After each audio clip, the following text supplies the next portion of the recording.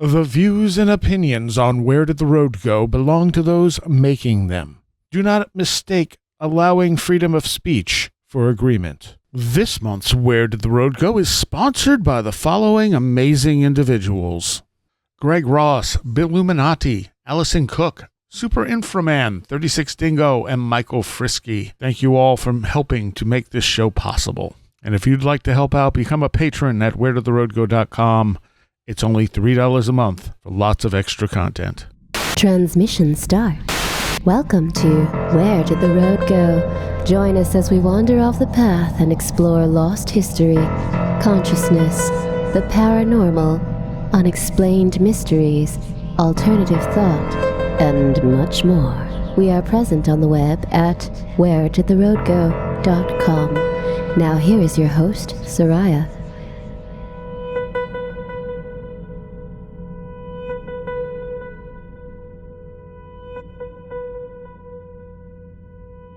Welcome to this edition of Where Did the Road Go? And I have with me tonight Kerri. Hello there. Hello.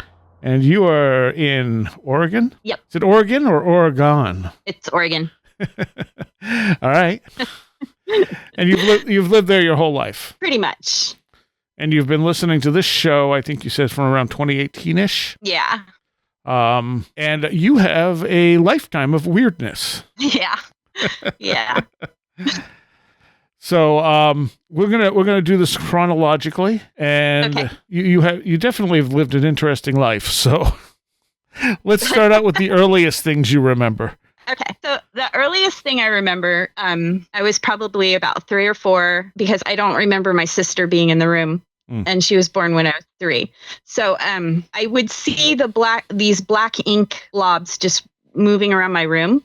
And they did when I was like sleeping at night, and they would go up and down my bookcases and stuff. And I would just kind of watch them kind of in the same, like you would watch ants or something. But then there was another figure that was large, and he was much more solid. And I remember in my child mind just kind of thinking, oh, he's different from the other ones. And he walked around like he was in charge.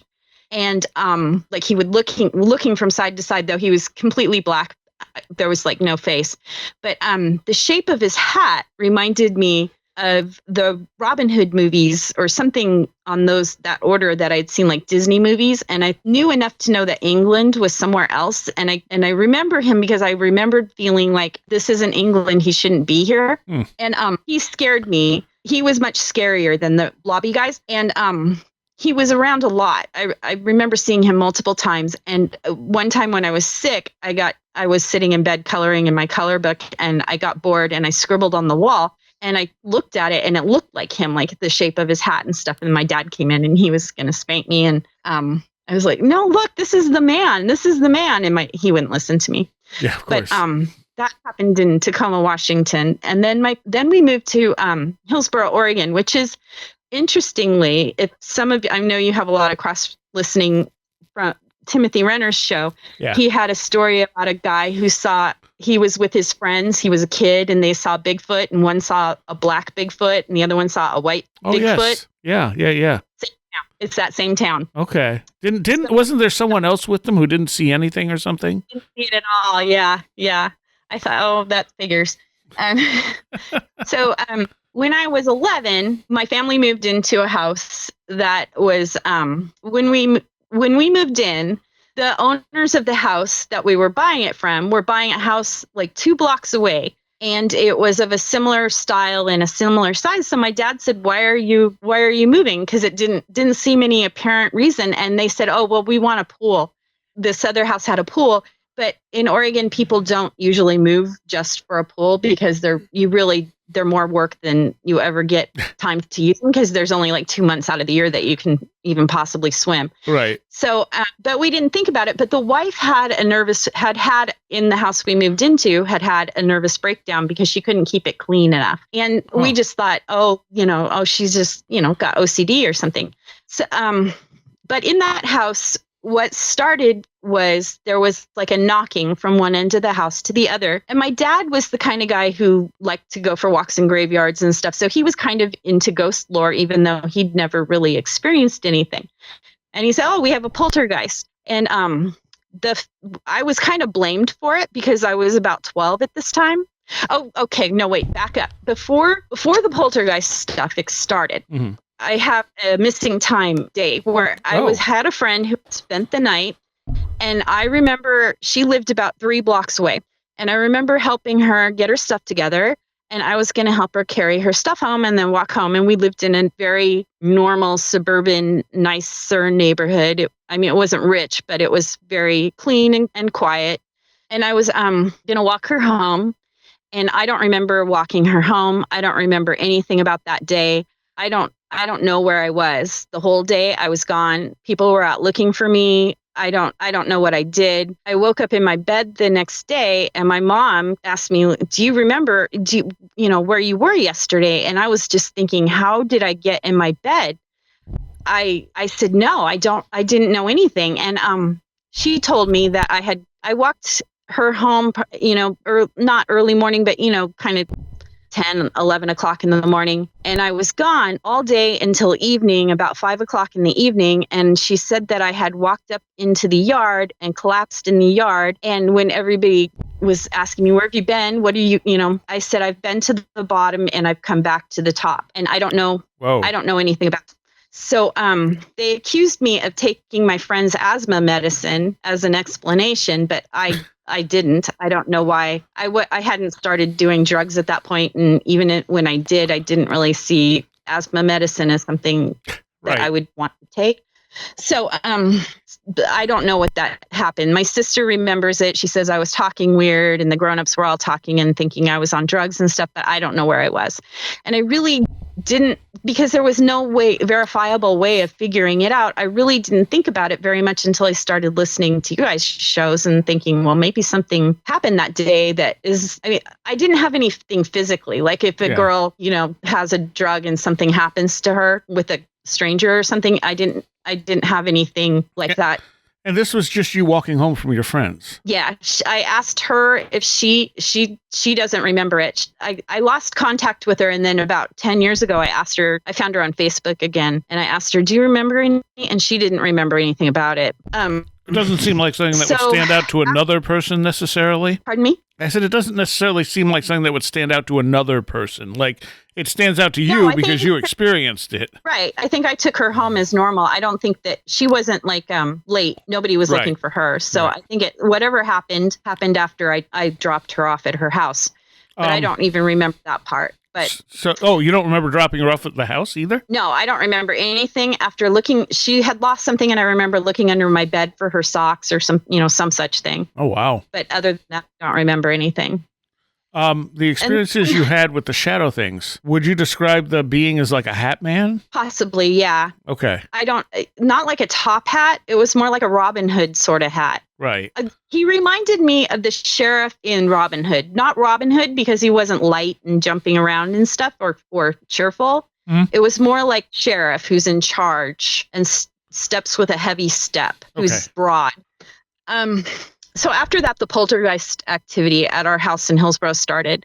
And it started with thumping. And I was heading into teenage rebellion pretty firmly by the age of, I took my first hit of LSD when I was 14. So I was pretty much like sneaking out, running with older kids. Right. Really into rock and roll. Mom and dad can't tell me nothing. I started having, I'm trying to remember how my sister started having like mental issues. Like she was doing her goth phase, basically. She was dyeing all her clothes black. She's 3 years younger than me. So I might have been about 15 by the time this was really going on. I think she was about 13.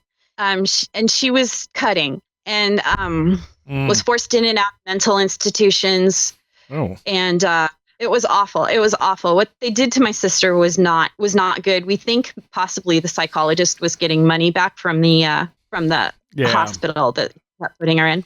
And then when my sister started getting better, my mom broke into she had a full psychotic break where she had schizophrenia. And all this time, so like one thing that was big that happened when my sister was going through her goth phase, she started playing with Ouija boards.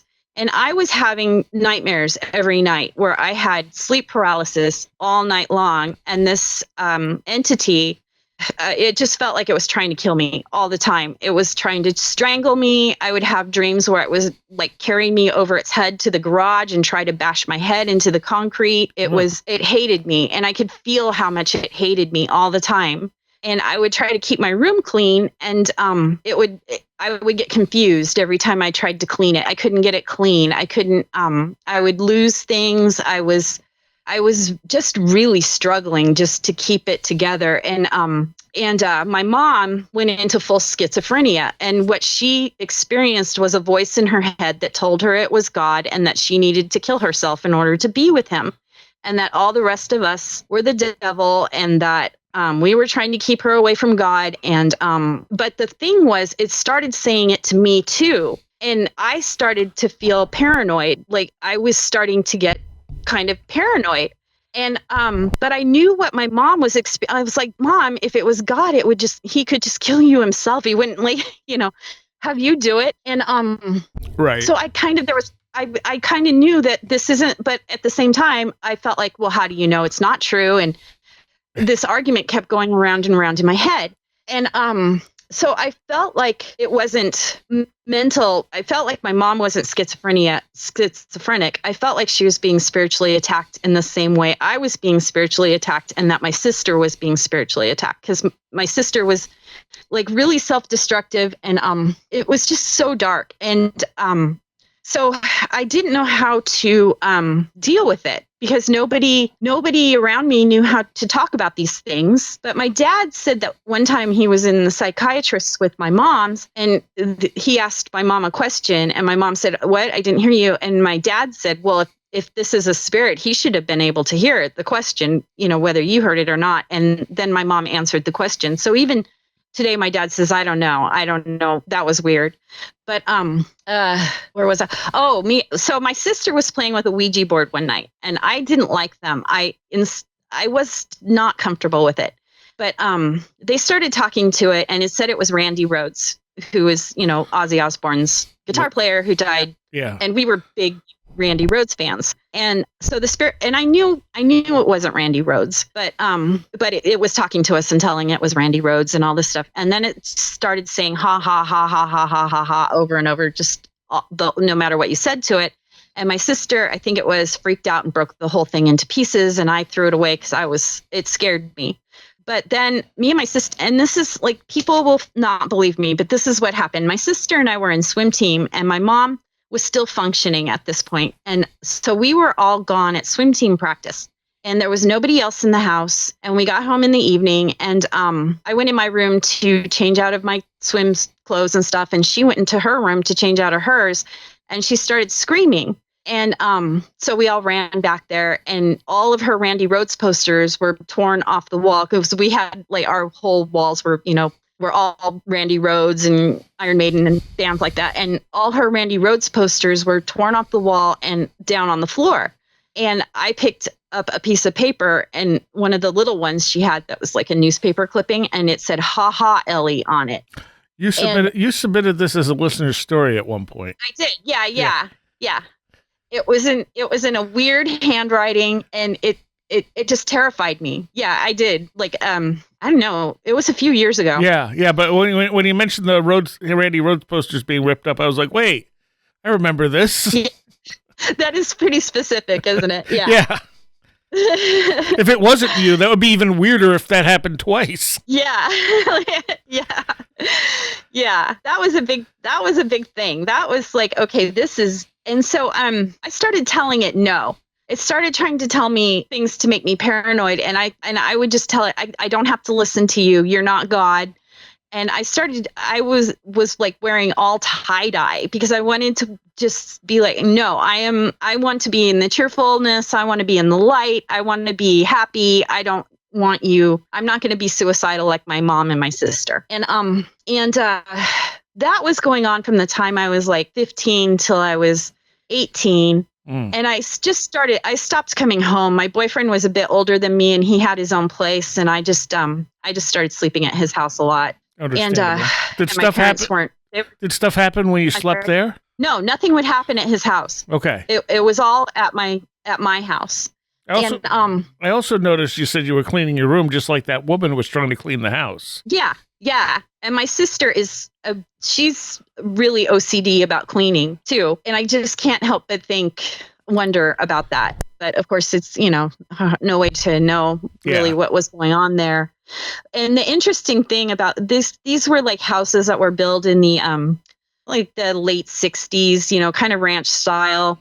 And I go back to that street sometimes just to look at that house. And that house has been completely remodeled. It's unrecognizable. And every other house on that street is just the same as it always was. Interesting. Which I find interesting. My sister and I talk about going to the door and asking, like, do you guys ever have anything weird happen here?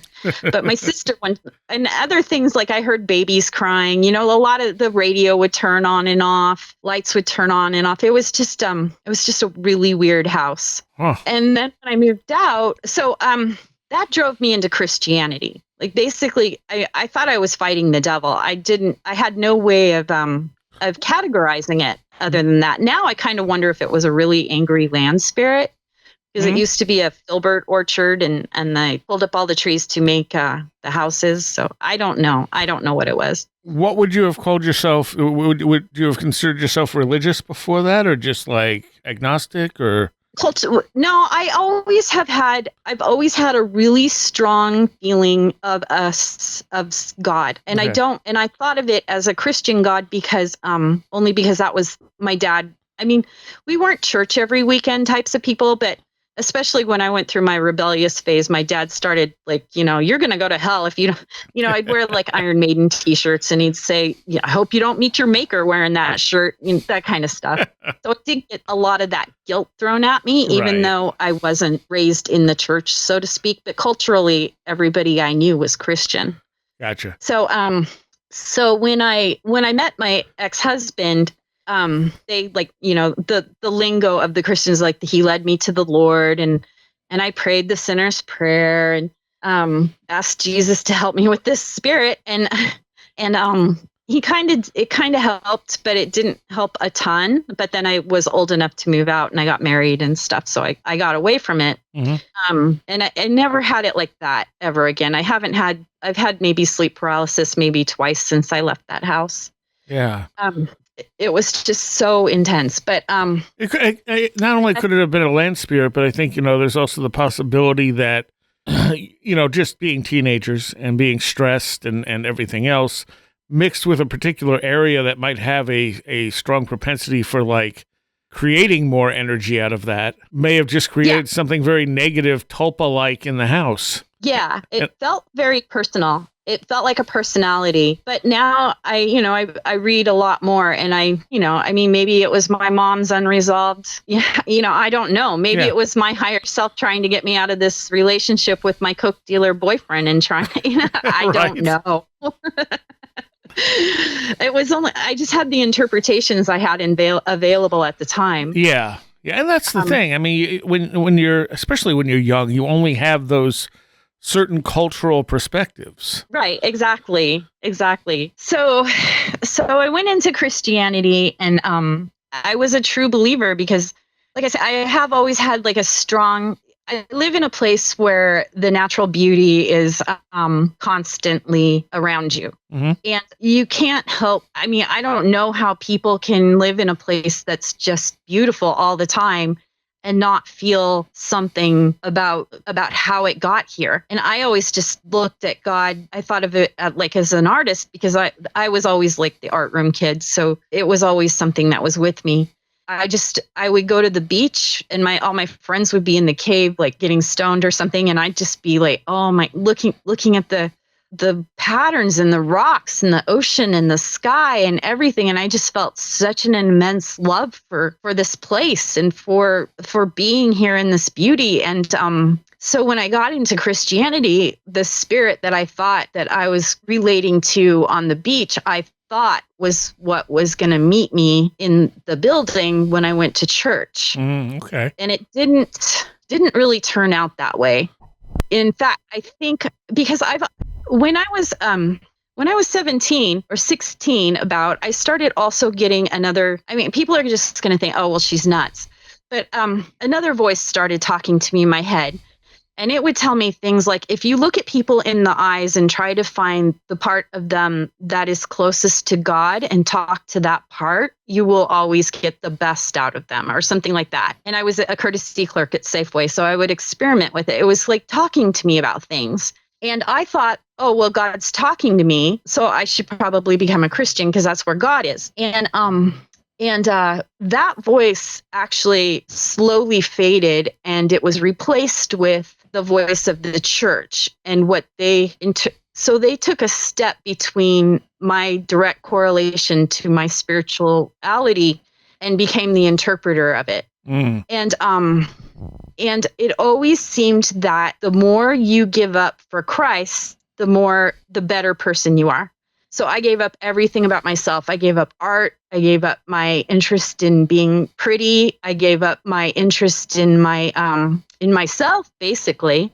And I accepted this doctrine of women, which is basically like it's Eve's fault, like basically why everything's messed up, because the serpent tricked her first. So nothing you think of as yourself can be trusted. You have to run every thought you have through your male authorities, which, if you're married, is your husband and your church leaders. And I wanted God to be happy with me. So I did. I gave everything I had to that system. I had 10 kids. I homeschooled. I wore plain jumpers, the denim jumpers that you probably see at the grocery store. What sect of Christianity was this? Well, I got the full Quiver movement, which is basically it's multi-denominational, and I got pulled into that. And also, I just had such a horrible experience with public school. Homeschooling to me seemed like the fix. Yeah. And I also just really didn't want my kids to turn out like me, to be, doing drugs at 14. Right. And but when I found a church where everybody was kind of homeschooling, and I never was the one I never said like my kids can't play with the public school kids or anything like that. I never kept them home from playing with other kids if kids were, reasonably well behaved and stuff. Mm-hmm. But I thought it would be fun to have other families to do like science experiments with, and to, do field trips. And that was when I got into the occult. And it's a very right-wing, conservative Calvinist, they're Reformed Calvinists, which is I didn't realize that you could be in a cult. I thought cults were like, like if you had a guru. Okay. We have Rajneeshis out here, and I was familiar with the Rajneeshis, was the big cult in Oregon. So I didn't think that Christians could have a cult, because I thought we were supposed to be obeying God, not a person. Right. And silly me, but well, technically all religions are cults on some level. On some level. And even like a mom's play group can be a cult if somebody's really controlling the whole thing. Yeah. and you're like submitting your conscience and your belief about what's right to another person, then you're probably in a cult. I'm looking up the actual definition of cult. It says a system of religious veneration and devotion directed toward a particular figure or object. A relatively small group of people having religious beliefs or practices regarded by others as strange or sinister. A misplaced or excessive admiration for a particular person or thing. Yeah. So,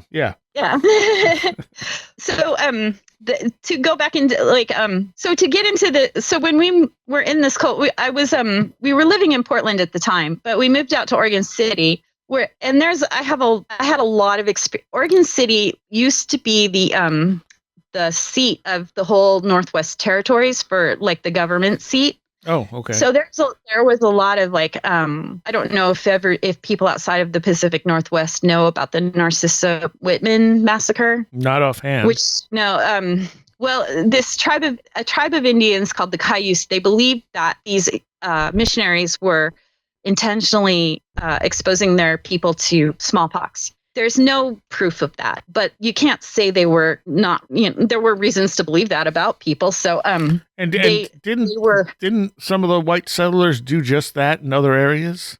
Yeah. It's not like people hadn't done it. There's nothing in their literature. I don't believe that anybody's found any. Like, they kept records and stuff because they were missionaries.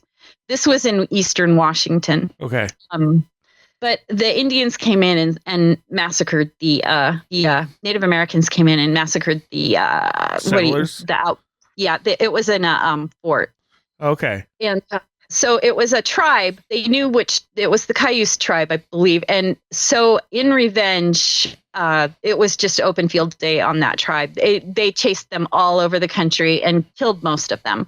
Oh. And so at the end, the chiefs came to the leaders and said, we will just let you hang us if you'll just leave our people alone. Wow. So 5 innocent chiefs were hung in Oregon City. The first woman to be jailed for murder, who seemed to be under extreme domestic abuse or something. She put an axe into her husband's head. So it's a spooky town, is I guess what I'm saying. But I had some of the whimsical things that happened there. I had a ghost cat. We had an old house. It was like built in the 1920s. Which for the West Coast is old. And I had a ghost cat, a little black cat that would jump onto my bed and then jump to the windowsill behind me and then disappear. There was a little girl living in our house. She would stare at you until you woke up and then she would dissipate. Some of my kids saw her too. There was these little tic-tac shadow things that would run around the house. And one time I was like coming out of the bathroom and it started running in the way the cat would run, like if you were holding the door open and they wanted to get out, they'll run, It was running that way, like keep the door open. And I was just kind of spacing off, so I kind of held the door open because I did have cats. And then I kind of woke up and I was like, wait, that wasn't a cat. It was shaped like a guinea pig, only it was more like a tic tac, and it was about the size of a guinea pig. Wow. And I would wake up and see different shapes of things that they looked like they were kind of like connects, the way connects are connected into squares and triangles floating around my ceiling. I think that they talk because after I had been there for a couple years, I started getting a lot of things would like intentionally wake me up and scare me. Like wait for me to wake up and then jump at me and get me to scream. And I got to the point where I was just like, can I just sleep through the night? And my poor husband, because I was waking up screaming all the time. Yeah. Because they're like right in my face. And my first instinct is like, there's actually somebody in my room. So our marriage fell apart when we were in the cult when we moved here.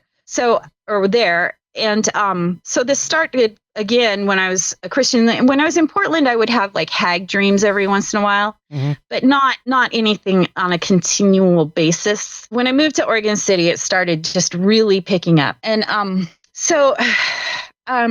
one night I woke up and there was a very tall, sparkling green man standing over me. And he had his hand on my forehead, though I don't know why I know that because I don't remember feeling it, but I remember it just felt like he was like taking my temperature or something. And I started screaming because that's what I do. And he kind of made a motion at me like, stop it, I'm doing something. And I was like, no, I'm screaming again. And I screamed again, and then he dissipated. And then another time I woke up, and there was a blue sparkly man, but he was like floating in the air with his face right with my face, right parallel to my body. And I screamed, and I had the bathroom light on, and the light would go around kind of where the wall jets out. So there was kind of a bend in the light, the way it refracted and stuff. And he went up and lined his back up like he was trying to hide within that light pattern, like trying to blend in it. Yeah. So I jumped up on my bed and I started hitting him with my pillow and I yelled, I can still see you. Then he dissipated. And then another time I saw a white sparkle man. He just walked through my room, and when he realized I was awake, he was just kind of like, I'm just going. Wow. One time my son and I were walking home from church it was a windy kind of October-y sort of day, and our neighborhood was pretty quiet.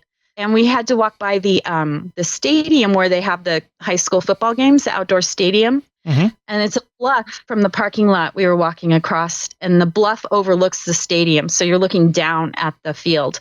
And suddenly it was like a crowd was there, and it was like they were cheering, like somebody had done a touchdown. And I kept, you know how you, like a sound will start and you think it's one thing, but then it kind of clarifies itself. Oh no, that's just the train. Or, Right, oh right. no, that's just it never did. It just kept building into a huge cheer. Like somebody had scored a huge touchdown. And I was there with my son was probably about 17. And we just stood there and stared out at the field. And then he looked at me and I looked at him and he said, "Did you hear that?" And I said, "Yeah." And then we just walked home. Did you submit that one too? I don't know. I don't remember. If you I was didn't, still living. what was that? I was still living in this house when the first time I submitted to you. I was still at this house. So some of the things happened after, but Okay. I don't remember what I put in that.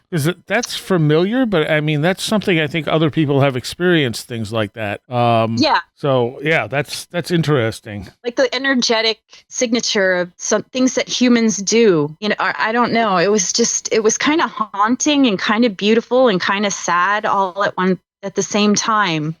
Mm. And let's see, try to remember anything else. It's dark in here, so I can't read my notes. Here, I think I've experienced my roommate's mother, but I've only heard her talking behind me. She's said things like how she wants her son taken care of. Well, what effect? So you were still in the church at this point, though, right? When I heard yeah. So my marriage, well, my oldest daughter got to the age of, she was 22 when she got married. And I had my son was about 20. And then I had 3 daughters after that who were teenage girls. And they were all having difficulty with their friends. Like this courtship culture was a big thing where the guys were supposed to finish with college and be ready professionally before they even let a girl know that they thought they were interesting at all. Mm. And the girls were supposed to all be, learning to sew and play piano and cook for large families and all that kind of thing.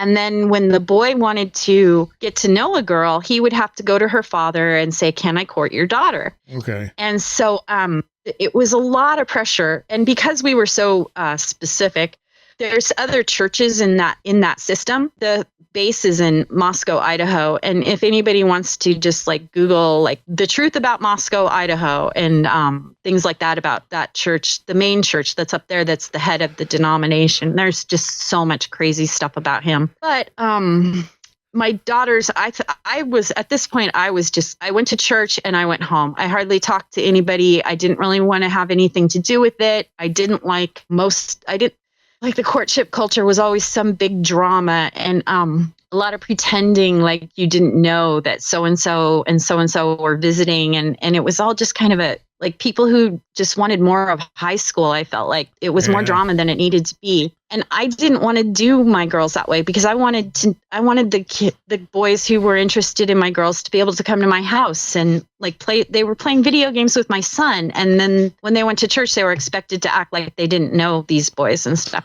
Wow. So that was what I asked my daughters, do you guys just want to try this other Presbyterian church?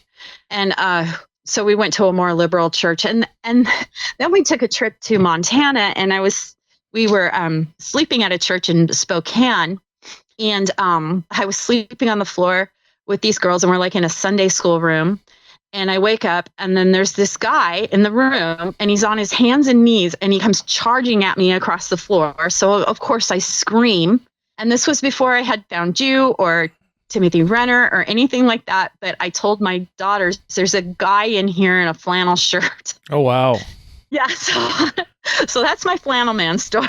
I mean, it is Oregon, so I would think flannel shirts aren't unusual. Yeah. But that was my Flannel Man experience. But so did he just disappear?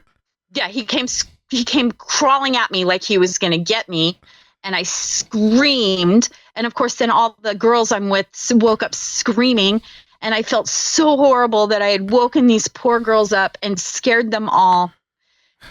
I really hate how I wake up screaming. Well, I'm sure. Yeah. Does it still happen? Oh yeah. Yeah. It still happens. I woke up like about a month ago there was a guy sitting on the edge of my bed. He had red hair and kind of a wife beater type undershirt on. And I thought it was a real person. Yeah. And I started screaming and then he dissipates. It still happens. It's not as much out here in Vernonia. I don't think the psychic clutter is quite as much because it's just more sparsely populated. Right. But yeah. Yeah, and the thing is, people are more scary to me than the paranormal. Oh yeah, I'd way rather have it be a ghost than a real guy in a wife beater Exactly. t-shirt on my bed, for sure. It's like, oh, ghost in my house. All right, person I don't know in my house. What's happening there? Sometimes I wish I wouldn't scream because it would be nice to find out what they want. Yeah, but it's just such a physical reaction for me to scream that I never get to find out what they want. But yeah, so I left the cult. I took 2 of my girls. I felt like they were under so much pressure at this church. The leadership was very they're pretty girls, and they were constantly getting body glances over what they were wearing. They were all, modesty was a huge thing, and there was a lot of judgment being thrown at them and stuff. And so I felt like for me to stay here is to like side with the people who are. It maybe sound extreme to call it abuse, but it felt abusive because of the way it was affecting their psychology and the way they saw themselves and stuff. And I took them out.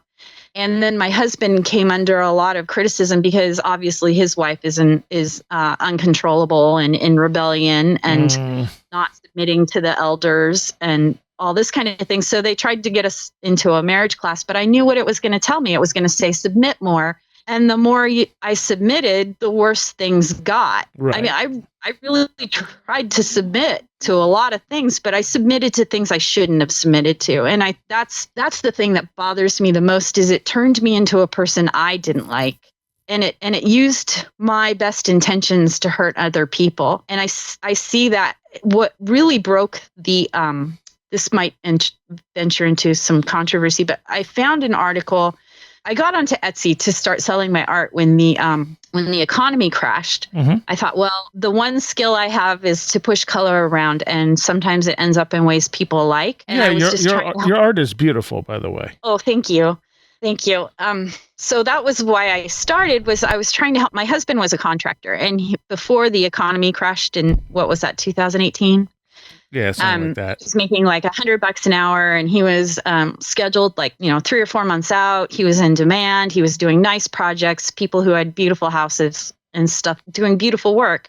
And when the economy crashed, everybody was canceling their projects. He went to cleaning out gutters for $20 an hour. It was awful. And so I started painting when that happened because I felt like this is the one thing I could do. And I still had small children at home, and I didn't want to put them in daycare. I felt like if I'm home, I can make food from scratch. I mean, I can make a grocery budget stretch. I know how to make beans in 100 different ways. And I just didn't feel like to get a job making minimum wage somewhere was going to help much. But though I did start tutoring for a friend because I can teach 9-year-olds how to do math. But I can't remember where I was going with that. But that's when I started painting. And art kind of just was the thing that kind of started helping me to get back in touch with that voice that would lead me in the right way. And so that's when I started deprogramming. And it was just, the cult I was in was it just destroyed my life. I'm sure I'm a cautionary tale to keep people from leaving because after I left, my life fell apart, and they're probably all like, well, see, that's what happens when you leave.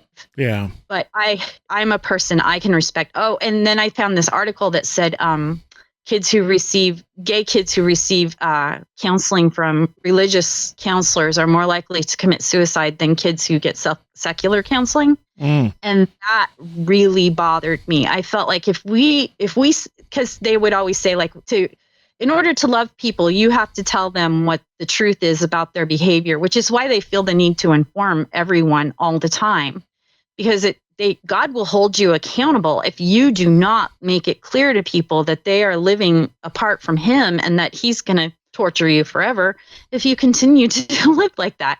And I was always terrified of that. Like, sure, this God is a huge bully. He basically, if you don't do everything he says, he's not only going to torture you forever, he's going to torture your children. Yeah.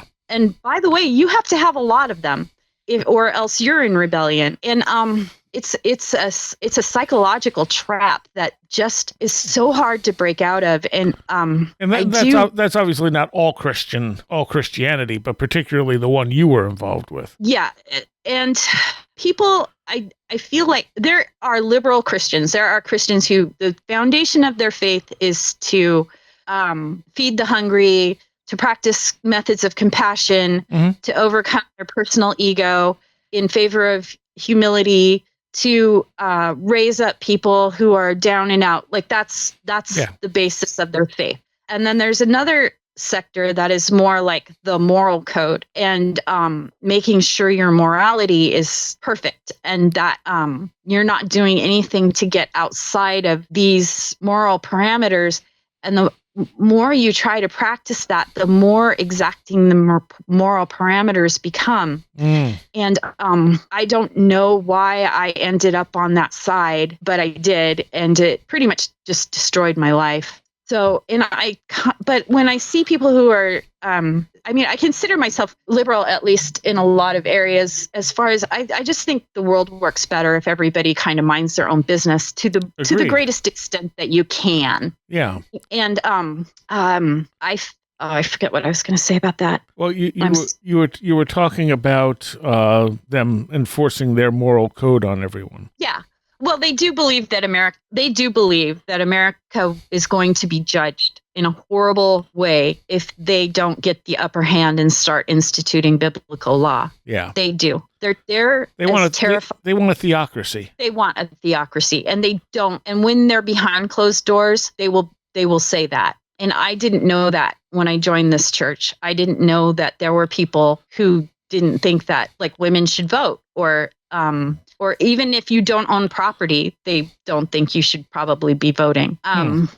And if you're not a Christian, they don't even think you should get the chance to be voted for. Right. And, and realistically, I don't think there's been any presidents who were not Christian. No, they do have when they draw from streams of history, they're correct in a lot of ways, but that doesn't mean that.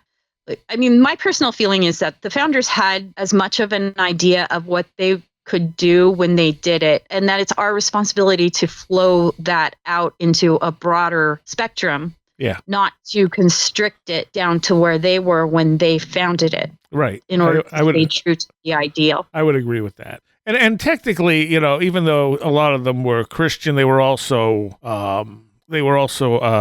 Freemasons and alchemists and things like that in the early days. Yeah. Yeah. And a lot of people will be those things without discussing it because they know that they're going. I mean, are secret societies secret because they're doing something nefarious and they don't want you to know? Or are they secret because they know that it's just not going to be the normal religious trend and that they're going to get persecuted for it? I don't know because I've never been in a secret society. So me either. I had Robert Guffey talking about the Masons a few weeks ago, I guess it was now. And he had interesting positive stuff to say about it. And, they've just been vilified to such a degree that the minute you say you're involved with the Masons, it's like, oh, you're evil. Yeah. Yeah. I'm sitting next to a Mason right now who pretty much saved my life because when I had to flee the house, it not in a way like my husband wasn't physically abusive. He wasn't hitting me or anything like that. Good. But it got, he said he wanted to sell the house. He was just forcing me out. So I put out on this community board, I need a room. And I was taken in by the most generous, kind-hearted Mason who still puts up with me 2 years later. Okay, so this is recent that this happened to you. The whole divorce lasted it was like a slow car wreck that lasted about 10 years. Oh, wow. I started putting my art up on Etsy a little over 10 years ago. Damn. Yeah. So he wanted you out, so he didn't really have any resistance to you leaving? Well, he's a contractor, so he said he was going to fix up the house and sell it. Mm-hmm. I was living there with my oldest daughter, who was not speaking to me. It had gotten just so heartbreaking because my granddaughter was there and I wasn't really allowed to visit with her. It turned into like this Mean Girls club where her and her friend had kind of just decided I was the bad guy. And they weren't talking to me, and it was just unlivable in the way it was affecting me emotionally. And then my husband, he's been living in California, but he came back and said, well, I'm going to remodel the house and sell it. And I had another year on the divorce decree that I was supposed to be allowed to live there because I had given myself 3 years so my youngest ones could go through their high school years. Mm-hmm. But I said, fine, I'll leave. So I just jumped out into the night, basically. I'm starting my life over, basically, with the clothes I have and my art supplies. Wow. And your oldest daughter isn't talking to you. What about the other ones? Nobody's talking. None of them really talk to me. Are they still involved with the church? No, everybody has left the church. Each in their own way. None of them are Christians. They are all following their own paths, which is fine. If they decide they want to talk to me later, it was just incredibly hurtful. Everything that happened was bad. It turned me into a person I don't like. I went along with things that I should not have, that I didn't want to, but I was taught to override that inner instinct in myself, because I felt like if I try to override my husband's judgments, then I put my family at spiritual risk, because I'm the daughter of Eve and I could be deceived.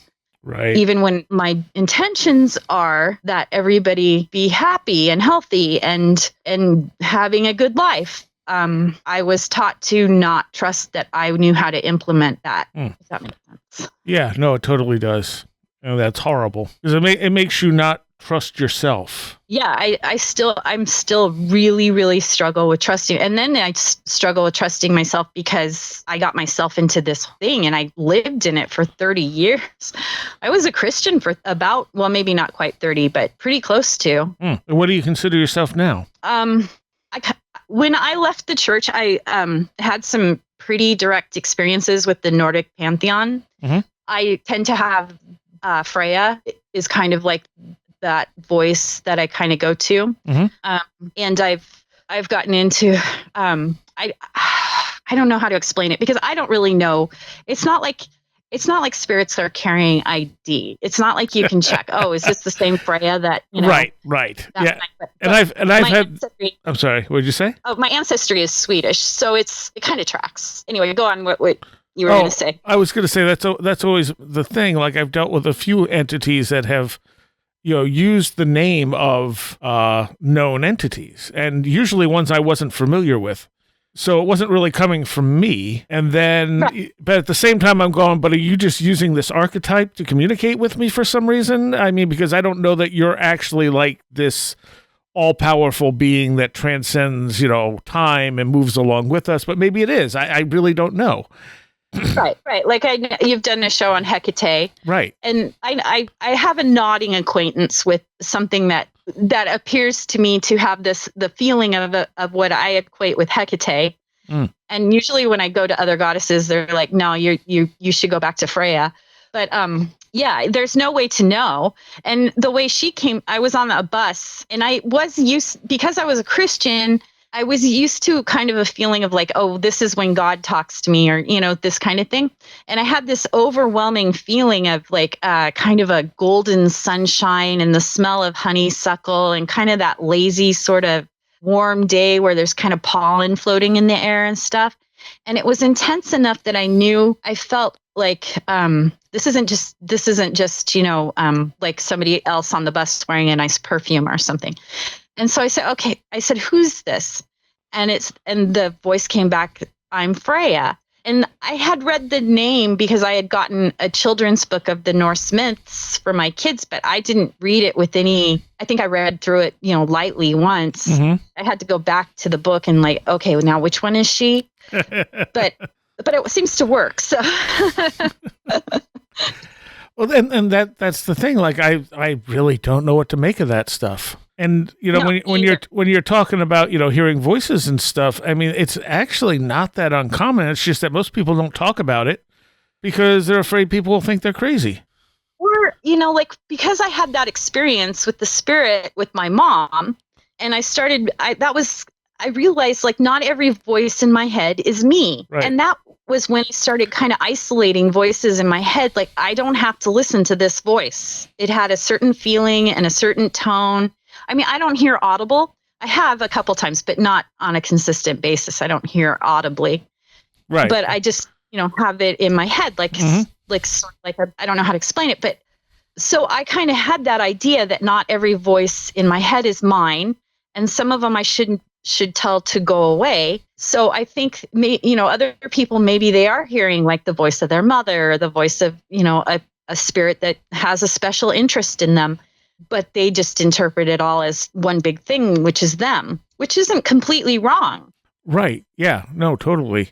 And even in like schizophrenia research, they're finding that because they've always tried to get people to block out the voices, ignore the voices, give them medication to quiet the voices, but they find that if they have the patient talk to the voices become less negative and they start making progress with it.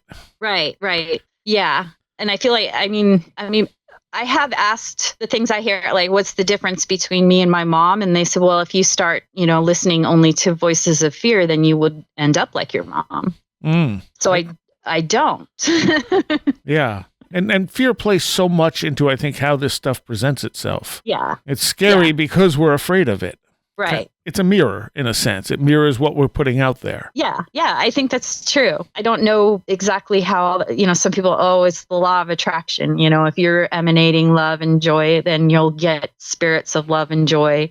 I do find that having a very, very strict moral code for yourself, and I don't mean that like, you know, not in the same way as the church does, but as like not being manipulative with people or being very as honest as you possibly can and having their highest and looking at for other people's best interests, not only your own, and being, you know, practicing gratitude. I find that the quality of the input I get is much better. Yes. Oh, definitely. We got to take a quick break. We'll be right back. All right. A recommendation and some contact info for the show. You can find us at wheredidtheroadgo.com. Everything is there. All the links to all our social media, our Discord, Facebook, Twitter, or X, I guess, Facebook page, Facebook group. And if you click on the contact tab, contact us, maybe it's contact us, you'll know it. You'll see it. All the emails there to contact us. The most important one, if you want to send a story for us to talk about on the air, stories at wheredidtheroadgo.com. I've also added the ability for people on iTunes to subscribe to the show, like on Patreon.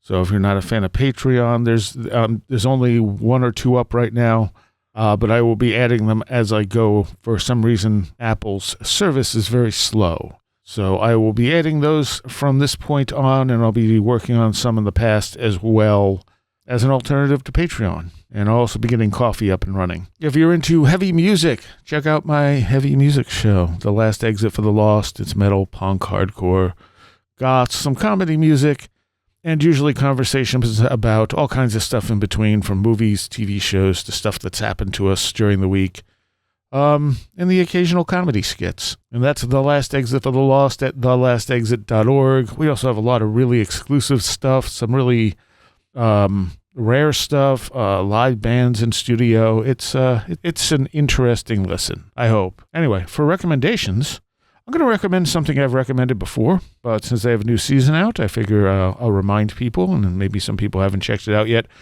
It's a podcast called Station 151. It's on Realm, and you should be able to find it on any podcatcher.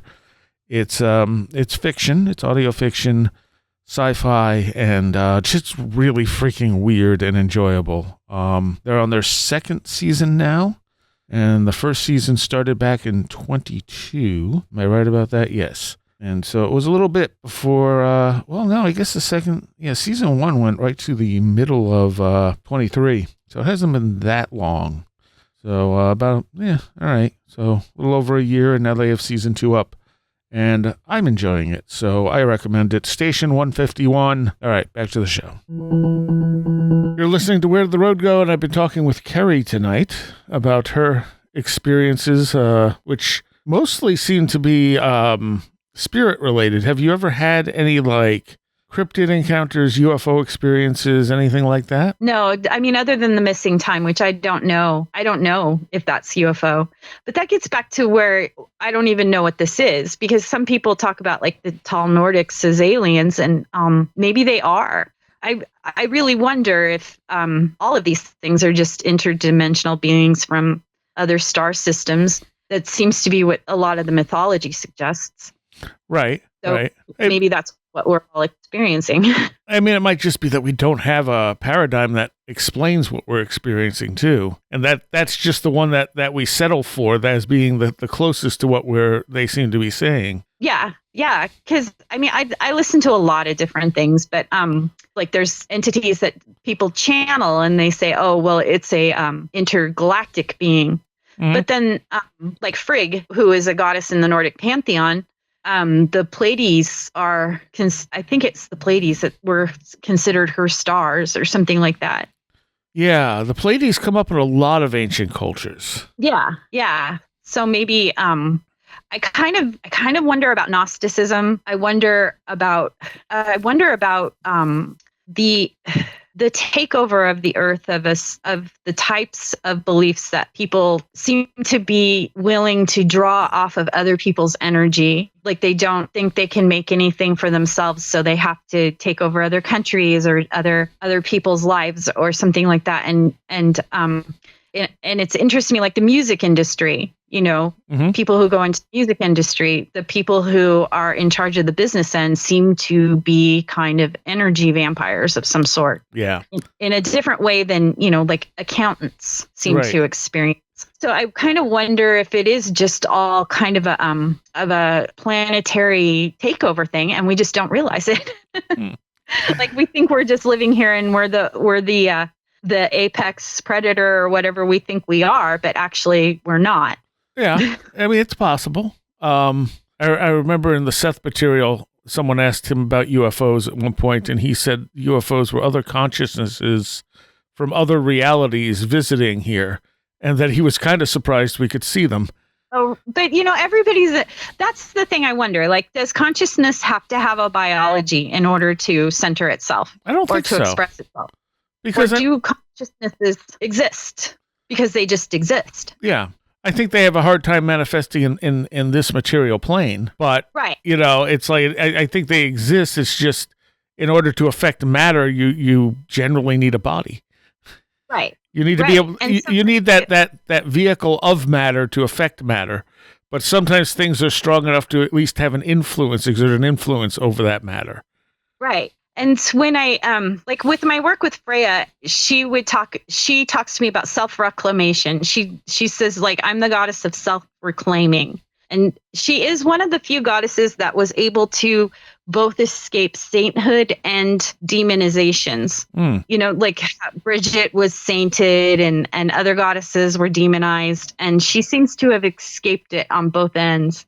And she seems to want to bring me into a place where I am like completely one within myself. Right. And to reclaim the things I gave away, especially in this patriarchal Christianity, but before that too, with like the drug dealer boyfriend and that kind of stuff. It that also took parts of me. Sure. And yeah. So I kind of and then it kind of I wonder when you're dealing with entities, I kind of think of it as maybe a working contract where they can do certain things and they're interested in certain things, and I can do certain things and I'm interested in certain things, and then we kind of come together on a similar project. Right. Yeah, that makes sense. But then I think, why do they care about affecting matter at all if we're just another plane? Like how? Because I don't know. I mean, because we can't think like them. They're a very from everything I can tell, they're a very different type of consciousness. Yeah, it's much vaster. It's and time, not time limited. Yeah. And maybe they're us. Right. Just on a different level. And like Odin, he's always wandering the world trying to figure things out. And I feel that because I'm always trying to figure things out. But the more I try to figure things out, the less I feel like I have. That does kind of work that way. What's the line from the Skyclad song? Why is it the people you hear the most say nothing that's worthwhile? Yeah. Yeah. And I used to wonder that when I was young, like, why don't the older women come and help me? Because I didn't really have a mom since my mom was in and out of mental institutions and stuff. So, but now I realize because they really don't know. And now they know they don't know. But I thought I knew. There was a great meme I saw that said something like, what was the best advice you had that prepared you for adulthood? And the guy's like, nothing prepared me for adulthood. Nothing I thought would worked.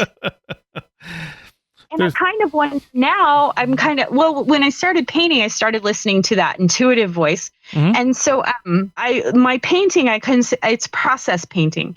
When I started, I only wanted to do abstracts. I was so done with words because in Calvinism, especially, every little theological concept has to be explained and re-explained, and everything is just so much work. And I just felt like I don't want to talk anymore. I don't want any more words. And so I was painting completely abstracts, but these figures kept coming out. And at first I would just scribble them out. I just did not want any pictures. But then I started outlining them, and I started just thinking of them as watchers, which I didn't know that watchers was a concept at the time. But they didn't seem like angels to me at the time. They just seemed like they were just watching. Mm-hmm. Mm-hmm. And I kind of made them into angels because that made them more relatable to other people.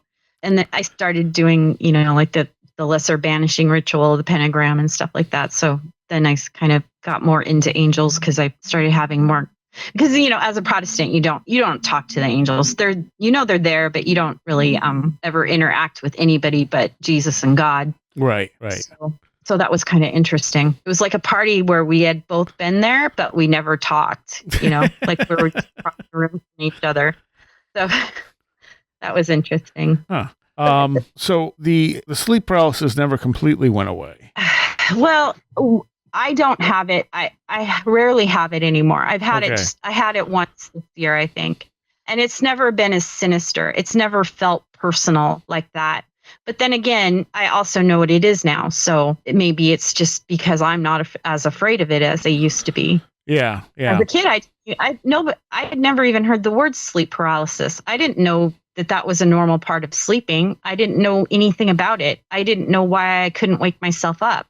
Well, I would try to talk. Yeah. If I talk, then it would pull me out of it. But I would spend all night just wrestling around. And I started trying to read the Bible, and I put it across because it was the only way I thought anybody told me I could defend myself. So I heard, if you put a cross over your door, no evil spirits can come in your room. That didn't work.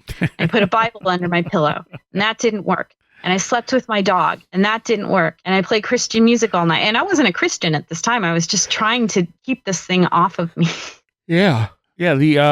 I mean, I don't know if it's a normal part of sleeping. It's sort of an unusual element to sleep. But it's very hard to tell whether or not you're dealing with another entity or your body's just, your body's still asleep while the rest of you's woken up, Yeah. Well, yeah. I mean, what I mean by normal is I can't remember if it's a hormone or what your body produces so you don't get up and act out your dreams. You're right.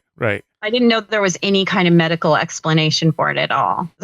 I don't know. In the 80s, people just didn't talk about that. But I did have one other thing was I had a friend who they were playing with a Ouija board, and I wasn't there. And it was at my boyfriend's house, but it was people I didn't know. And the Ouija board had started talking about me and my sister. And that really freaked my friend out. So that was another story that happened. It told me that I was going to die when I was 17 in a car accident. And so my art teacher told me to just keep visualizing yourself at like 23 and at 28. And I did that. And I think he was one person that actually kind of reached out and helped me a little bit. Well, obviously you didn't die at 17. No, I didn't. I didn't. No car accidents. No. I mean, I literally saw myself die in a car accident. Like I was put in that in like an altered state. I was there. Felt completely real. And I was told it would happen in 4 years at the end of the year. And then it didn't. But I also found the issue on my car that would have caused that very thing to happen. Right. Because that's the thing about divination or, any of these precognition messages is if you change the thing that's leading up to it, then the thing doesn't happen. But you never know for sure if it would have happened if you didn't do the change. But, right. So it's hard to know. It's hard to get verifiable. Because you can't go back in time and check the other option. No. Nor would you want to if it was a negative outcome. Right. But it's like there's no, like in a video game, there's no restore point where you can just kind of like, go back to the last checkpoint. Let's try this. Okay, that didn't work. That's worse. Let's go back to the checkpoint again. Yeah. And I mean, I'm out in the woods, but I haven't seen Bigfoot yet. But my roommate has been fairy led in the hills behind his house, where he came up on a building that wasn't there and got lost. Oh, that's interesting. Yeah. I don't want to see Bigfoot. Like Bigfoot was fun to think about when I lived out in the city, but now I'm out actually in the woods, and Bigfoot actually could be. He is a thing out here. Right. Everybody has Bigfoot everywhere. And if you just put Bigfoot on anything, the tourists will buy it. So I took a picture last week. There's bottled water at the grocery store that they're calling Bigfoot pee and charging $3 a bottle for it. Wow. And I know, like, this is just so crass. And they probably sell. And they probably do. And that's just, I don't know. It's just, there's like behind it, there's another bottle for like $1.25 or something like that. So how much of this stuff do you channel into your artwork? My artwork is channel. Like that's, when I work on skills for art, like if I work on, cool colors recede and warm colors come forward. This is something I'm always trying to think of because, when I started painting abstract, I just completely I go into an altered state. I usually listen to like folktronica or something that's kind of a like a meditative type music, but still with a beat, not like not quiet like New Age or something, but right. So something that's very rhythmic. Right. And I just moved from, I'll have like 5 or 6 pieces going at once. And I just listen to the music and kind of completely turn off my rational mind. And it feels, people will just think, it's a flow state. It certainly is a flow state. And I know that, I get into flow state, but I also feel a guidance that comes to me. And I want my art... Like, I'm too New Age for the witches and I'm too witchy for the New Agers, but I do feel like what I want people to remember and to feel when they look at my art is a sense of kind of expansive freedom and upliftment. I want it to be something that comes in and allows a state in someone else's mind that gives them a feeling of possibility or openness or joy or profound. I mean, everybody says it, but how can you not be inspired by nature?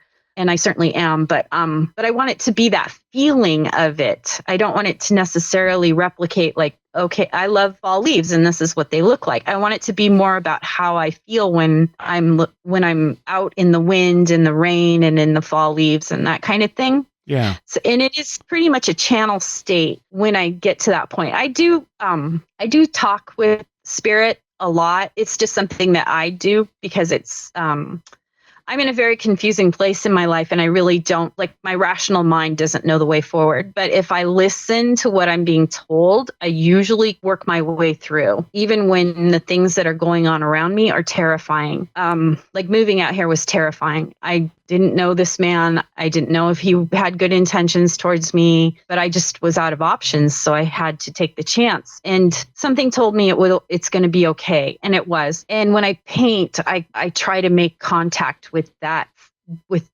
And I don't feel like it's Frija. It's something more abstract, but it's still a presence, if that makes sense. Yeah. You have a lot of angelic sort of imagery in there too. Yeah, wings just show up a lot. And I don't mean it, I don't necessarily always mean it as angelic in the way that people think of it as a Judeo-Christian sort of entity.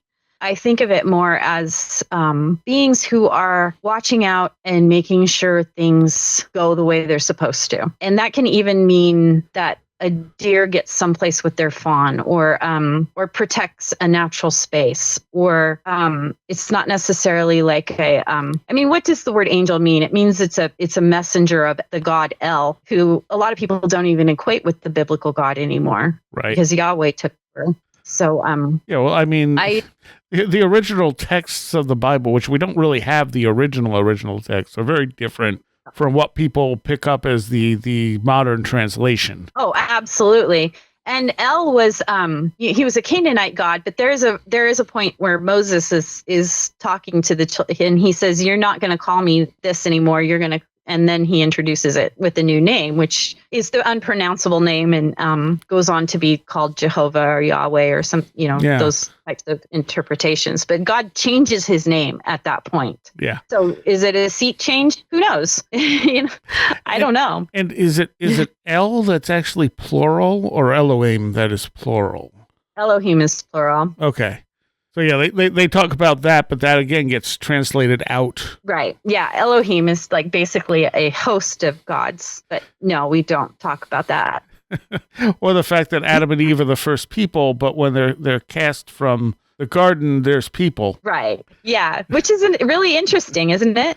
Yeah. Like, does that have, like, I wonder about like the story of Lilith, which I guess she wasn't equated as Adam's first wife until I think at least it was post-biblical times when Lilith started. I mean, she's ancient, but the story about her being Adam's first wife is later, not as in recent, but later. Yeah, I don't remember exactly. I know it comes from Judaism originally. Yeah. Yeah, and she just didn't want to be treated as inferior. Yeah. Yeah. But she's a demon now. and that's why you have things like the Lilith Fair and stuff like that, because that wanting to be treated equal as any woman should is what Lilith represents. Right. I mean, she's been like somebody who's been feared through a lot of history, but recently she's become a feminist sort of person. I don't know Lilith, so but I listen to like the Esoterica channel and stuff, and he talks about that kind of stuff. So okay. Like, with all that you've experienced, do you regret any of it? Would you have done it differently, knowing what you know now? I don't know what point to go back to and say, okay, like from this point, let's do everything different. Yeah, I deeply regret it. I regret the pain I caused my kids. Yeah. The discipline was too harsh, teaching them about this scary God that if they didn't do what he said, they would go to hell. I regret it. I have never repented of my teenage rebellion as I have repented of the life I led as a godly Christian woman. Teenage rebellion is very normal and natural. I know, but I seem to take it a little far. It's also not that unusual. No, it's not. I didn't know that at the time. I mean, I had a lot of friends who obeyed their parents, and I just didn't seem to see the value. And my parents didn't deserve it. They were decent people. They didn't deserve what I put them through. Right. I mean, I was pretty rebellious as well. I mean, my parents had a very, very set idea of how you're supposed to do things. And I disagreed. Oh, I disagreed with school. I didn't understand why these people were imposing themselves on my reality. They weren't my family. I didn't agree with I just pretty much anything now they might say I had oppositional defiance disorder or something. But my dad told a story about I dumped out all my blocks and he said, "Now you pick them up." And I said, "No." And he made me pick up each one by hand and spanked me between each one. And I said no through the whole thing. I don't know what it was, but I just came into this world with my own ideas about, and I was going to do it that way. So I guess it's too early to tell if I regret, because if I can, I would really like to help other people who are trapped in a system that they don't want to be in, or that it would be nice if I could help other people find freedom. And it's hard to get out of those things. I mean, you got lucky. Yeah. And if you don't stop and think about it, you never will. You have to stop. You have to look at what you're thinking and why are you thinking the things you're thinking. And a lot of people never leave. The kids never leave. And maybe, I don't know, maybe they're happy. I don't know. I mean, I'm sure some people are very happy that way, where they have a lot of structure and they're simply told what to do. I mean, there are some people who need that, who want that in their life. And if that's the case, fine, but stop trying to, make everyone else live like you. That's the thing. Yeah. Or feeling guilty for things that you enjoy because the church has frowned upon it. Yeah. I mean, even things like if you had like even having like a Mary Kay business or something like that, in some of those circles is like, oh, well, you're being a feminist, which is basically the same as, a horrible, horrible person. Right. It's Well, where can people find your stuff on Etsy? I'm not on Etsy anymore. Oh. I just it's not a company that anyway, it's just Kerri Cabe, KerriMcCabe. And I take friend requests on Facebook. I look and make sure they're not like fake accounts and stuff, but right. I generally accept friends from whatever. And I'm on Instagram and I have galleries on different art sites and stuff like that. Do you still sell the art? Oh, yeah. Okay. Well, like I said, I like it. You're a good artist. Thank you so much. And I really appreciate your show. I can't tell you how invaluable it was for me to have your show and like Timothy Renner and mm-hmm. just people who are just willing to talk about things in an open-ended way was revolutionary for me at the time. Well, I'm glad. I mean, anytime this show helps people, that's one of the main goals of doing it, is to make people feel like they're not alone in this stuff and, look for other ways to interpret this stuff, because the classic ways aren't getting us anywhere. No, they're not. They're not helping. I don't think they're helping us, and I don't think they're helping the spirits. Yeah. I mean, if you assume everything is a demon, it's going to seem like a demon and you're not, doing anything good for yourself. No, and maybe it needs help, Yeah. I mean, we don't know. I mean, we don't know what they are. I mean, that's the thing. In the end, the only thing I can say is we don't really know anything for sure. No. Like if I hadn't been fighting that spirit that whole time, maybe there was something in the yard I could have done, or I don't know. I don't know. Give it an offering. Maybe it would have calmed down. Right. Exactly. I didn't know how to. I've learned so much on how to psychically defend myself. I mean, my experience was having a dark shadow that when I was standing outside, it was moving along the ground. So I'm familiar with those type of things that you were describing. And it came to my feet, and I had the feeling it wanted to come into me, and I went, yeah, sure, I'm probably just imagining it anyway. And over the next week or so, I'm thinking to myself, like my moral compass was slipping, and I'm thinking, well, what's wrong with doing this, or what's wrong with doing that? And I'm like, what is going on here? Like, why am I thinking like this? I don't think like this. Like, this is, I'm very straightforward, honest. And I'm like, why are these ideas even popping into my head? And I went, what if that shadow was something? And so I went back out where I was, and I told it to leave, and I watched it move out of me into the yard. Yeah. And I was like, yeah, interesting. And people are like, that was a demon. I'm like, was it? Because it strengthened my moral compass. It was like a test. Right. Exactly.